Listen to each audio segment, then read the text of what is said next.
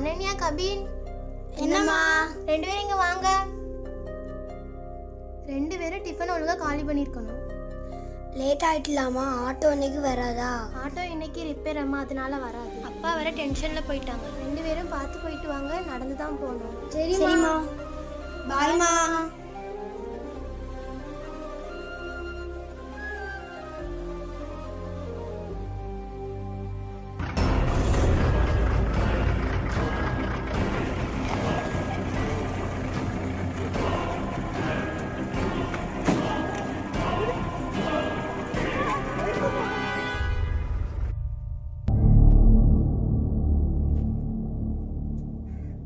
நீங்களாம் தான் திருடர்களா? இன்னும் 1 மணி நேரத்துல உங்க கிட்டயே எடுத்து விற்க போறோம். என்ன சிரிப்பு? நீங்க சாக்கோ பாய் மாதிரி இருக்கீங்க. நீங்களா ரவி?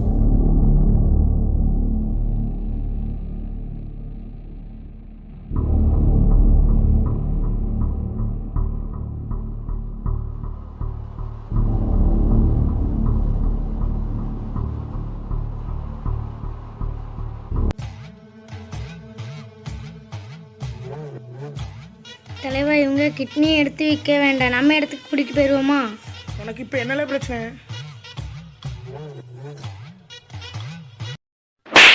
அவனை முதல்ல ரூம்ல போய் அடல. Okay pass. அவனை ரூம்ல கொண்டு அடைச்சாச்சு பாஸ். இப்போல்லாம் சோசியல் மீடியாவில் 10 வீடியோக்கு ஒரு வீடியோ தப்பாக தான் வருது. மனுஷன் தப்பாக போகிறதுக்கு முதல் காரணமே அதுதான். அதெல்லாம் பார்த்துட்டு இவங்களுக்கு தண்ணி அடிச்சானா மைண்டை கண்ட்ரோல் பண்ண தெரியல.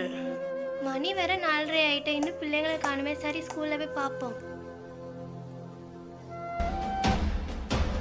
Good evening sir. குழந்தைகளை காணோன்னு ஒரு பேரண்ட் வந்திருக்காங்க. காலையில ஸ்கூலுக்கு போன பிள்ளைங்க இன்னும் வீட்டுக்கு வரல சார். என்னம்மா சொல்றீங்க?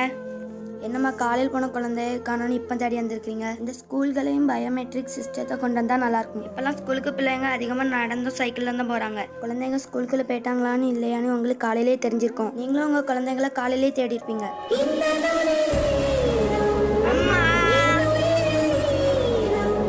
இவங்க தான் உங்கள் குழந்தைங்களாம்மா? ஆமா சார். நீங்க நல்லவரா இல்ல கெட்டவரா? ஆமாண்டு சார். குடிகாரன் கிட்ட இருந்து மட்டும் எங்களை காப்பாத்துறீங்க, வேற எதுக்கு எங்க கிட்னி எடுக்கிறீங்க? நானும் உங்க தங்கச்சி மாதிரி தானே. ஸோ சென்டிமெண்ட்டாக கவுத்துட்டாலே. சரி, உங்களை பக்கத்தில் உள்ள ஸ்டேஷனில் விட்டுறேன். வெளியே எவ்வளோ பாதுகாப்பு இருந்தாலும் குழந்தைகளுக்கு முதல் பாதுகாப்பு பெற்றோர் தான். எவ்வளோ தான் டென்ஷன் இருந்தாலும் அதை வீட்டில் காட்டாதீங்க, அது குழந்தைகளை தான் பாதிக்கும்.